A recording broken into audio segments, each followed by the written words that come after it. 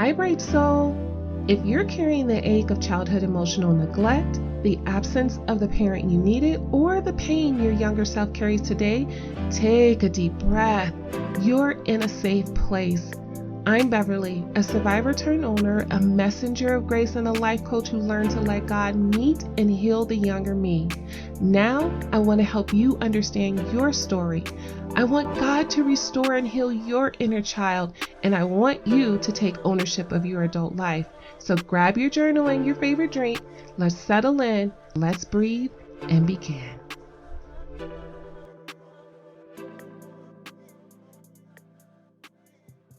Before we get started, please note, this podcast may include discussions about emotionally difficult family dynamics, including emotionally absent or unavailable parents.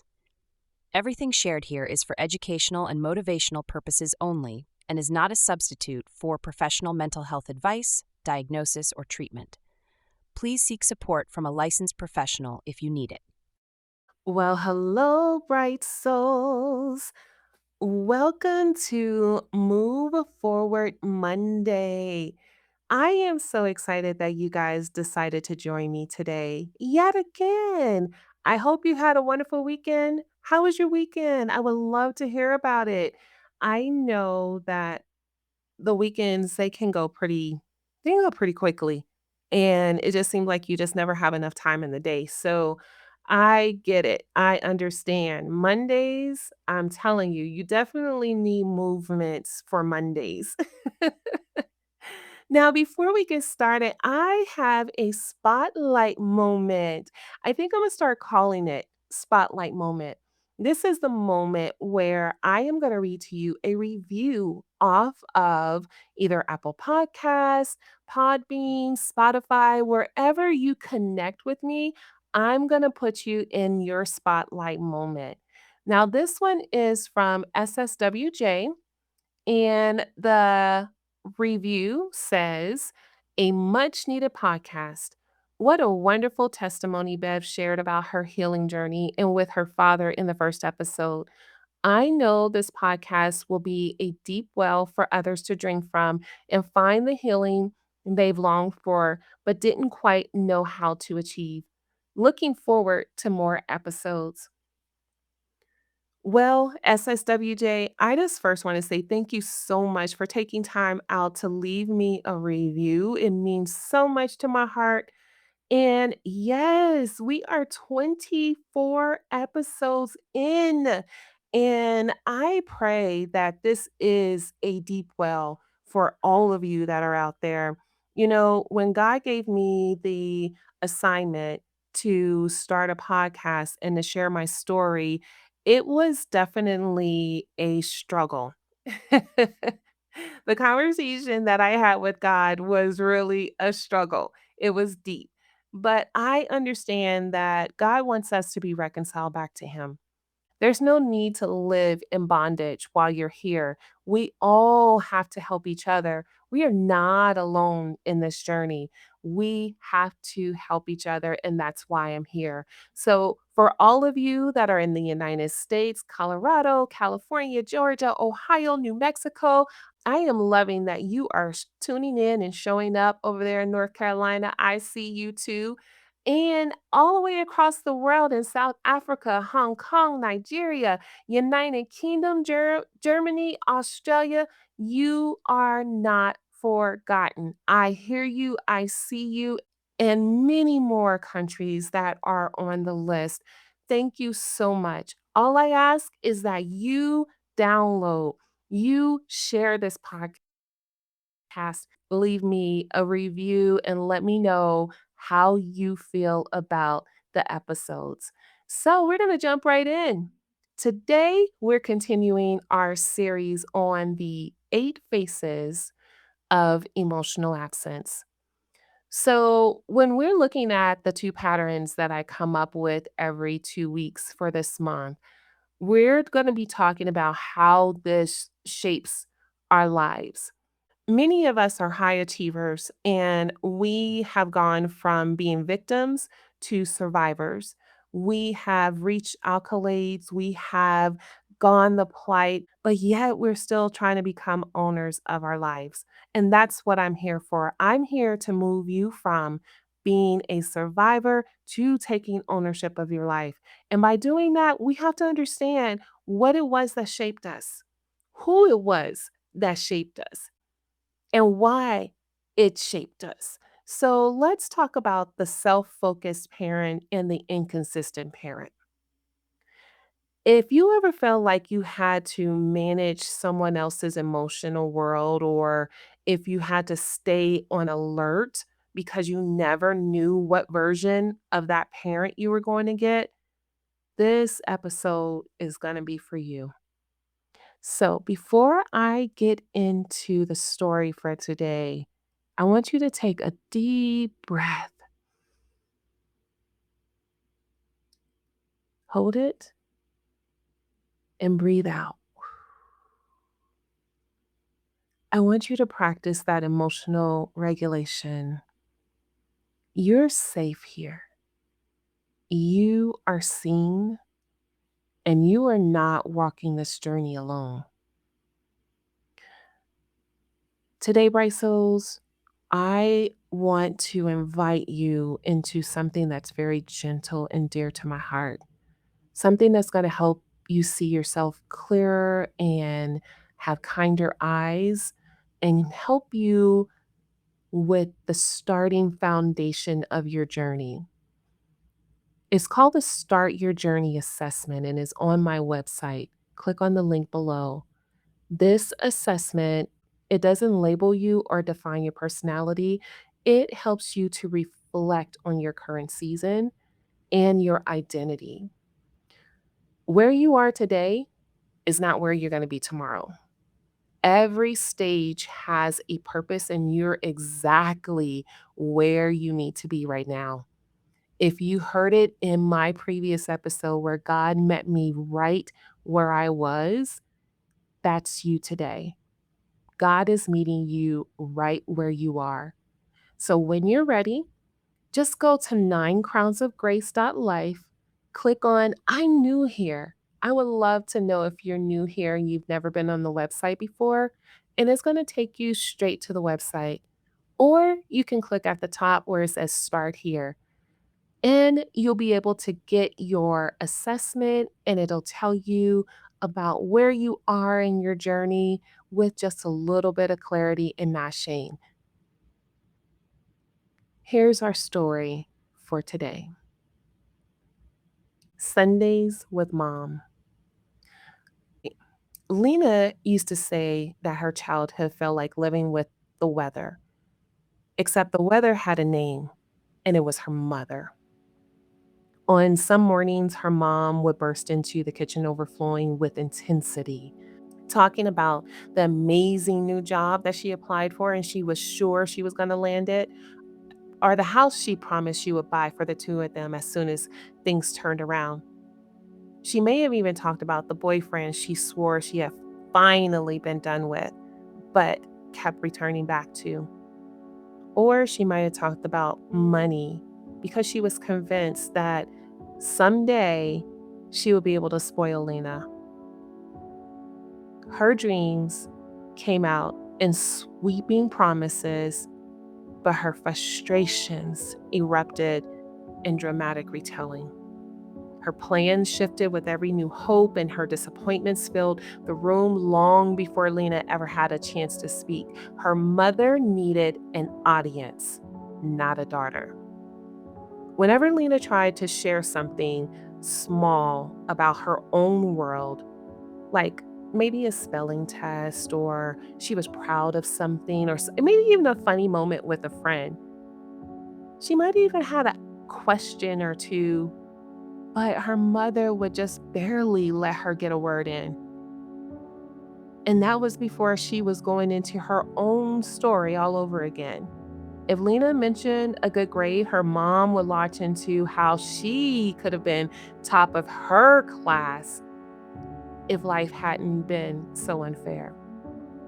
If Lena talked about a friend, her mom would pivot into a dramatic retelling of how her boyfriend had let her down again.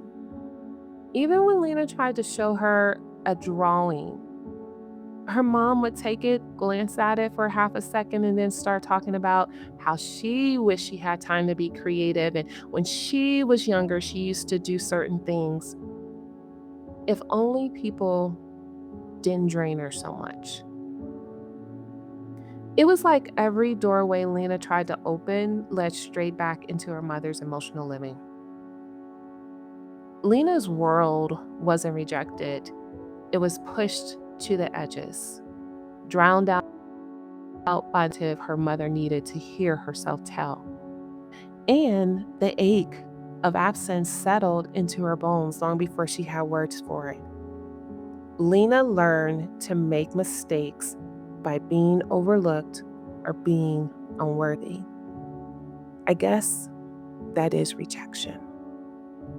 Those were the self focused parent days. Hmm.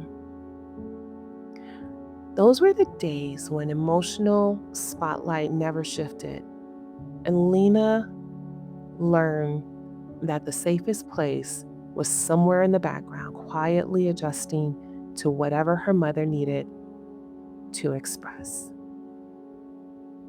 But then there were other days. There were days when Lena could tell something was off the moment her mother woke up. But then there were other days. There were days when Lena could tell something was off the moment her mother woke up. Her mom's voice was sharp, like she was already annoyed before anyone could say anything. She opened and closed cabinets, she slammed them, and she went into the whole house just loud and screaming and talking and frustrated. If Lena had a simple question like, what were they having for dinner, or if she can go outside, her mom would snap, not now. Or can you just leave me alone for a minute? Even if Lena had only said just one word. Sometimes her mom would start doing something in the kitchen and then suddenly stop and just walk away, leaving everything half done. Other times she just sat on the couch staring at the TV or her nose in the phone. Her face was tight, her eyes were far away, and she was just in another zone. Lena never knew if she could stay close or stay hidden. She just knew on those days, her mom felt like a storm cloud. You know, that kind of rain and thunder that comes down, just storming down and doesn't stop. Lena tried her best to guess what the weather was going to be.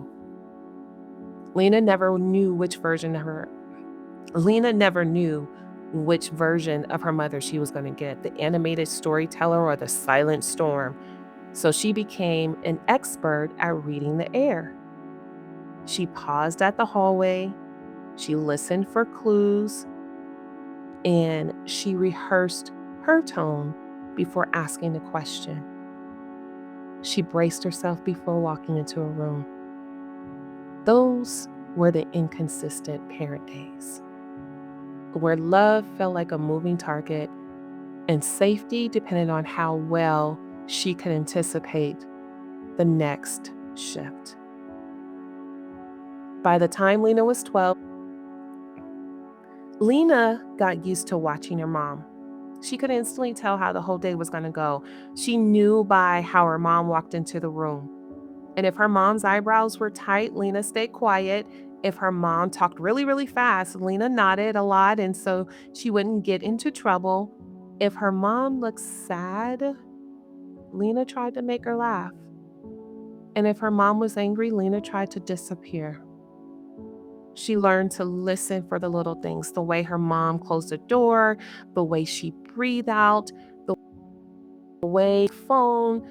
Lena paid attention to everything because she was taught she could figure out her mom's feelings first, and maybe she could stop the yelling or the crying or the slamming or the long silent hours. But while she was busy trying to keep her mom okay, Lena, what she felt. She didn't know what to call the tight feeling in her chest. She didn't know why her stomach hurt when the house got too quiet. She didn't know why she felt scared even when nothing bad was happening. She only knew how to take care of her mom's feeling, not her own. She didn't think of it as survival. She thought of it as being a good daughter. She didn't realize until adulthood that she spent her entire childhood managing someone else's emotional state while never learning how to understand her own. And yet, even now, when she sits in therapy or in church or in a quiet God, she can feel the truth rising. She was never meant to be the emotional barometer of her home. She was meant to be a child, not a mirror, not a stabilizer, not a shield. And she's left holding the question her childhood never let her ask: who am I? Many of us have been Lena. A lot of us are still Lena. Today's grounding truth comes from Psalms 34:18. The Lord is close to the brokenhearted and save those who are crushed in spirit. You see, God doesn't overlook the parts of your story that was mishandled by other people. He draws near to them. He restores what emotional absence has taken from you. And when you really think about that scripture, we are brokenhearted. We are crushed in spirit because we don't know who we are. And we've taken on an identity that does not belong to us. Mm. Next, we have the self-focused parent. That's something else Lena had to deal with. A self-focused parent is a parent whose feelings take up the whole house. It's almost like a heaviness that you walk into, tension. Like they say, you can cut the air with a knife. You feel it. When that parent is upset, you feel it. When they're excited and the music is blaring and you're dancing around, everyone has to listen. You feel it. Their mood decides what type of day it's going to be like. And as children, we have learned to pay attention to the parent first. When you walk into that room, you know if the music is going, they're dancing around, they're celebrating, it's a good moment. But if they're crying, if they're upset, if they are, you know, broke up with a boyfriend for the 100th time, it may not be a comfortable moment. Instead of being cared for as a child, you end up trying to match that parent's mood. You're smiling, when your parent is happy, you're staying quiet when they're sad or mad or broke up with the boyfriend. You're trying not to make anything worse than what it is. You become the one who watches and adjusts and absorb everything, even though you were just a kid. This creates a deep internal message, and that message is my identity, my presence, who I am only matters when it supports somebody else's emotional need.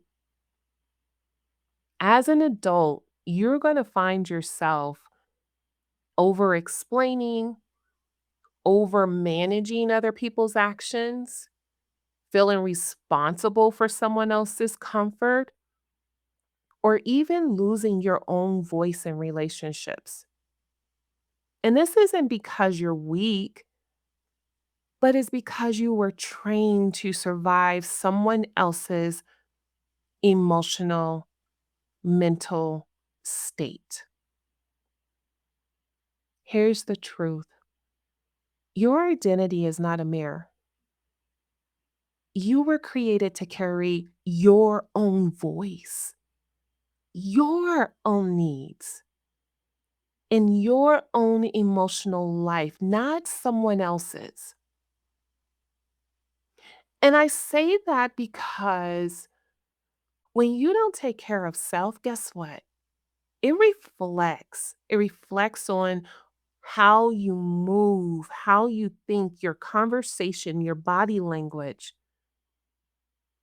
And you may think that you're kind, but your words may come out harsh. You may think that you are supportive when the message comes out angry, and you don't even realize it. It's how you were molded.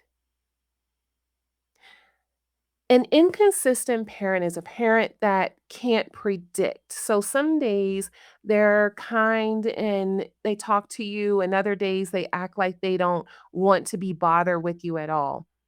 One day they might laugh with you, and the next day they might snap. They get quiet or slam or shut doors without even saying why. You don't even know what's going on with them. And as a child, you never know which version of the parent is going to be coming out. So you learn to stay alert. And you know what that does with your body? Always puts you in defense mode. You're listening how that parent walks, how that parent is looking, what they're saying, and you're trying to guess what kind of day it's going to be. So you are tense, and you're constantly on alert because you have to pay attention to every little thing, and it doesn't feel safe.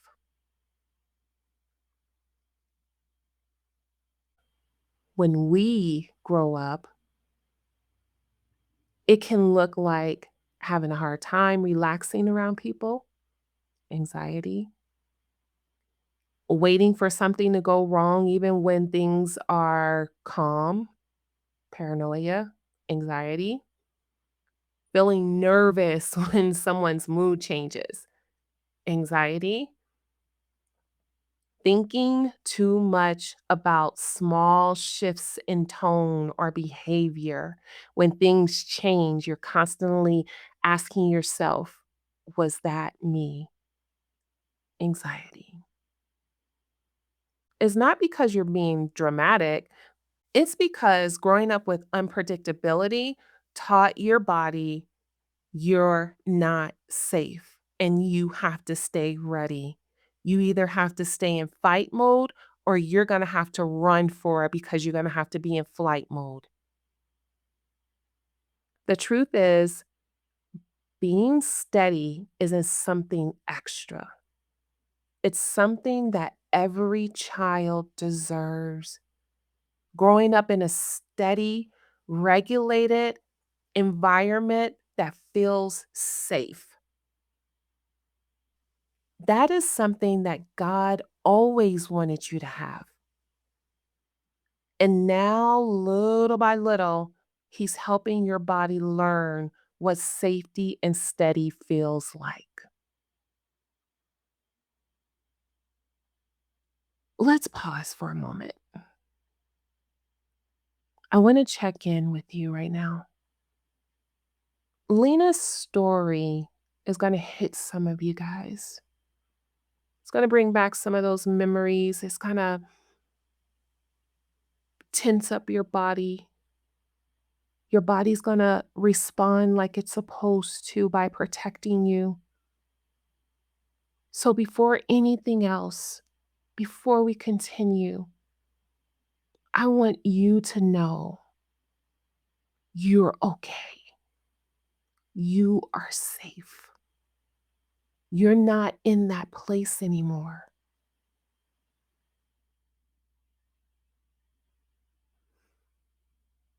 Right, so when did you first learn you had to take care of someone else's feeling to stay safe?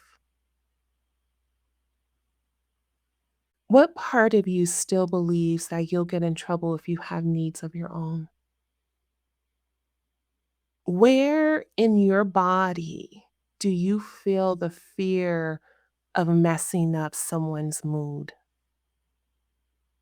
Is that in your chest, in your shoulder, in your stomach? Where do you feel that pulling to manage someone else's emotions? I want you to be aware and I want you to release. I want you to start moving forward. This was never meant for you to carry. Take a deep breath with me. Slowly in, and I want you to hold it. And I want you, as you're letting that breath go, start relaxing your shoulder and the part of you that feels tight and emotional right now. I just want you to put your hand on it and say, it's okay. It's okay. I'm allowed to have my own emotional life.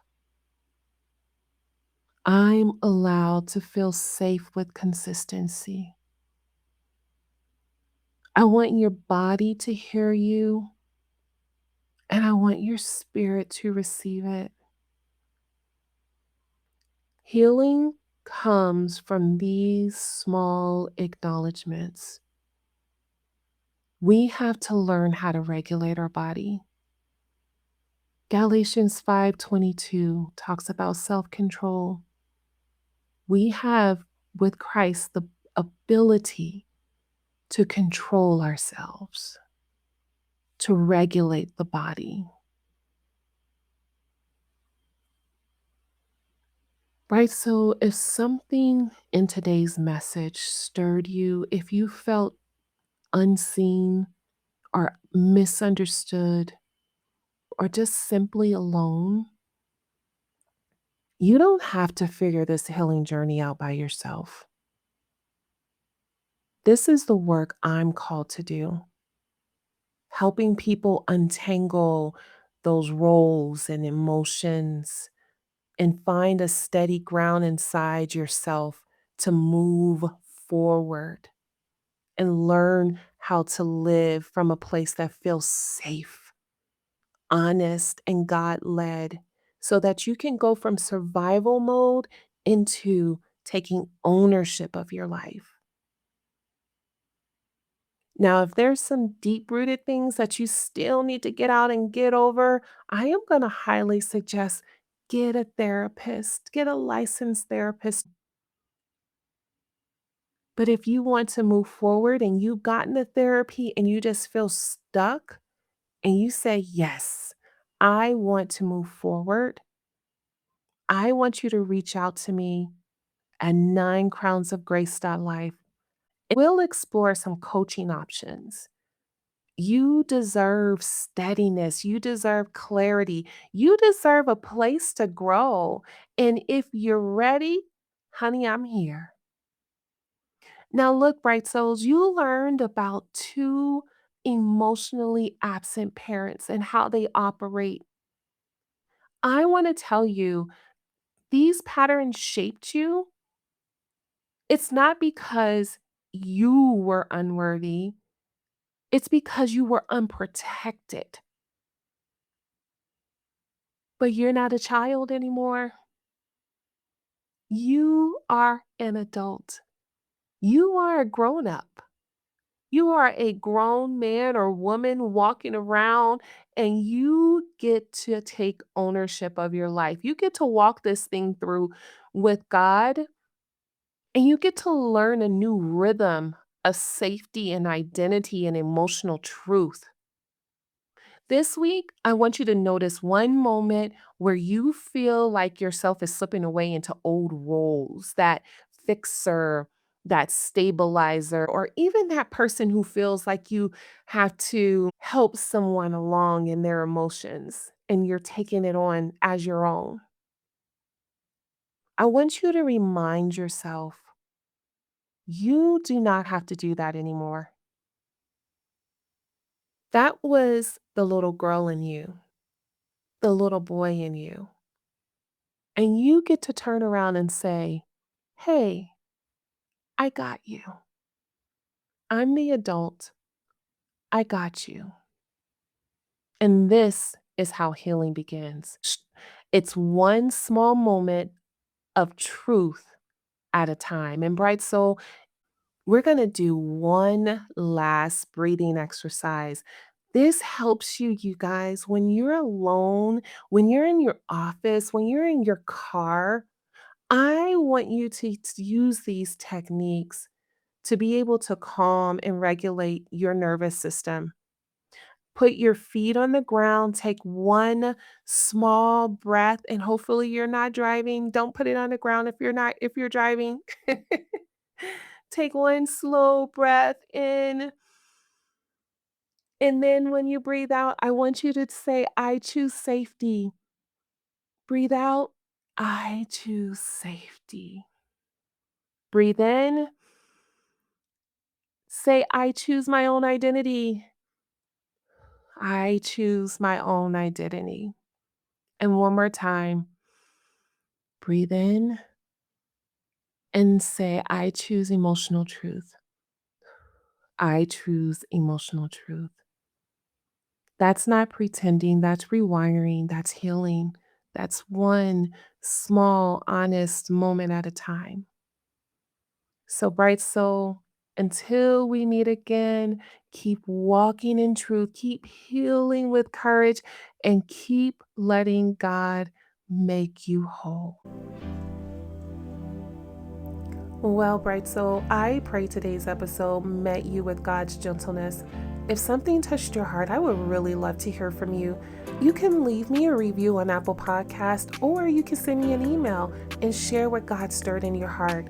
Or if you want to go deeper, you can order your Bright Soul Bundle Journal. It's on sale this month. It's a quiet way to meet God and meet yourself. Join me every Monday, Wednesday, and Friday as we keep healing with God. Until then, let your soul breathe.